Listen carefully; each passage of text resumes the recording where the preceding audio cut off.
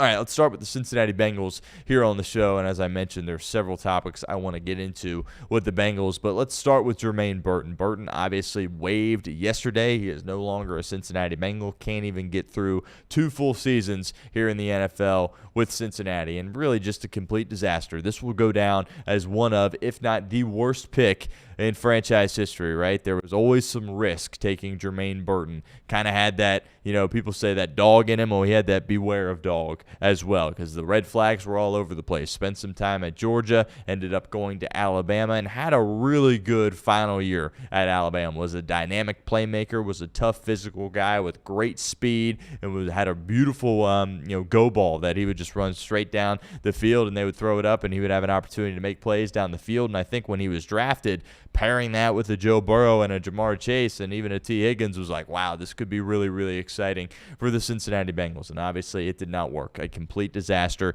He had some public off-the-field issues last year. If you remember in preseason, Kirk Herbstreit, Al Michaels were doing a game, and Kirk was like, yeah, some conversation about him falling asleep in meetings.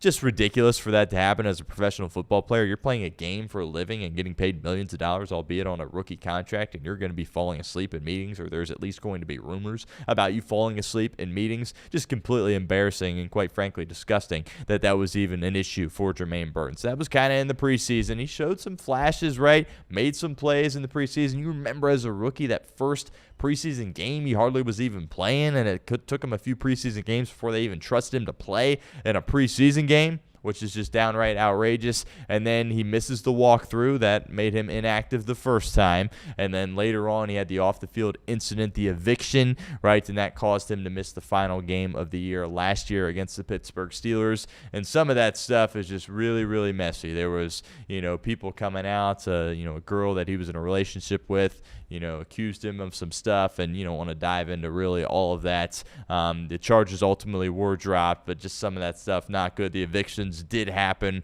right? And like, come on, what do you mean? What are you doing? Like, you're breaking protocol with your landlord or not paying your rent on time, just immature stuff, obviously, from Jermaine Burton. And then Duke Tobin, I was at the NFL Combine last year, and people were asking Duke Tobin about Jermaine Burton. He was like, yeah, he basically did nothing for us as a rookie, and this is going to be a big year for him to show some value for us. We believe in the player, and we just need to see him translate that to good decisions and ultimately making plays on the football field. Zach Taylor at the Combine kind of echoed similar sentiments to that as well. And then we were all kind of waiting, and there was some positive momentum around it. Dan Pitcher talked about this offseason how, Burton's doing well, right? He's locked in. He's performing well in practice. And you saw the reports of, T. Higgins kind of take him under his wing a little bit, right? Hushmanzada, former Bengal legend, of course, working out with him in the offseason. And that was certainly a step in the right direction, we all thought.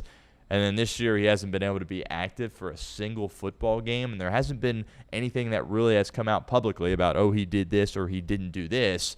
Just hadn't been out there on the football field each and every week. And if you remember the game, Jamar Chase, he was suspended. T. Higgins has missed some time being banged up. Even in those opportunities, wasn't able to even be active. I'm not talking about getting the football. I'm not talking about going for 6+ catches in a game. I'm talking about putting your pads on and dressing for the game and be given a helmet and shoulder pads.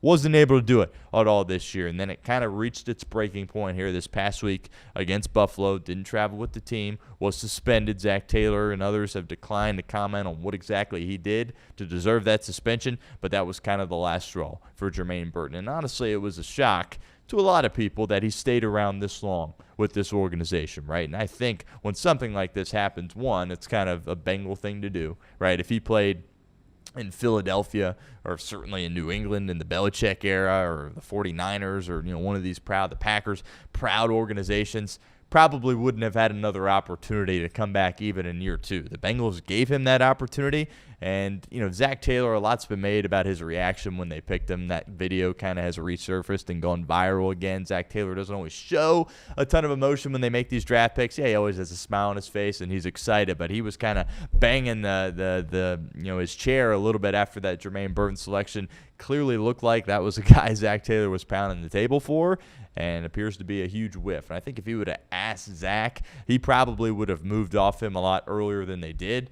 Maybe Duke Tobin even would have moved off him a little bit earlier there as well. I'm sure there's other coaches and other teammates that probably would have had that same thought process as well. My gut tells me somebody in that building with the last name Blackburn or Brown was wanting to hold on for dear life with Jermaine Burton just because they allocated a top-of-the-line resource, a third-round pick, to a guy. And remember, this was a guy that they drafted, and it was like, oh, this could be the replacement to T. Higgins. Now, it doesn't hurt as badly now because you reached an agreement with T. Higgins this offseason, and he's going to be around for the long term, and you opted to do that. But if you remember going into the 2024 season, there was a lot of people that thought, you know what, this is probably it for T. Higgins in Cincinnati. And then they get hot at the end. T. Higgins kind of goes off at the end, and then you got Joe Burrow pounding the table saying, oh, actually, T's a need. We need him. And the whole kind of dialogue around T. Higgins kind of switched after that point, and ultimately you end up keeping T. And this doesn't hurt as bad, but it's another draft pick that was a miss. He can't even get through his rookie contract. He can't even get through year 2 as an NFL player. Just a complete disaster for Jermaine Burton. And again, the signs were there. The talent was there in college. People were a little bit all over the place. I think there were some people that thought he could be, a first-round pick or a second-round pick. He definitely was a more talented player than where he went in the draft. I think that is pretty obvious to anybody that watched him at Alabama or even at Georgia in limited playing time there as well. And Cincinnati felt like they got a steal. This is something as an organization that they have done in the past, right? They've taken risky guys. Shoot, they took Joe Mixon. That absolutely worked out for the Cincinnati Bengals, right? They have done that in the past, particularly in the Marvin Lewis era. And, they rolled the dice on Jermaine Burton. Luckily for them, it was kind of a position where they could afford to roll the dice. And if it would have hit, it would have hit with massive success, right? So it would have been a grand slam home run, right? Imagine if you had a deep threat that down the field that was kind of just a go ball guy that you could say, yep, run a streak and we'll throw it up to you and kind of take the top off the defense. Pair that with Jamar Chase and T. Higgins, right? Yoshi struggled to start the year. Thought he made some, nice plays in the game against Buffalo, and I respect him as a player. 6th-round pick, right? He's not expected to be some stud. He's a 3, and he's a solid 3 for this team.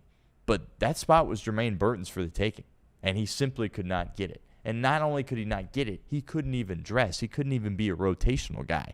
He couldn't even be a returner. Chuck has shown some good moments in the return game of late, but really, Chuck Sizzle has been hurt and hasn't been really effective in the return game, apart from obviously 2 times where he's housed it for a touchdown, or I believe 3 times now in his career as well. But beyond that, the consistency wasn't really there. You saw some juice from Burton in the return game in preseason games.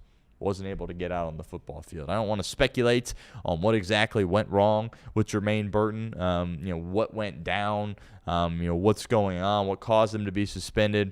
At the end of the day, you hope for the best for the guy, right? I mean, it was a whiff, and it was a horrible pick, and it won't go down as a horrible pick, but hopefully he can figure his stuff out and, ultimately find a way to latch on to a team and, play some football, right? Because the talent's there, and you always worry about a guy like that. Well, it's like if he loses the game, where's he going to go from there? This is something that can really lock you in, keep you focused, keep you out of trouble.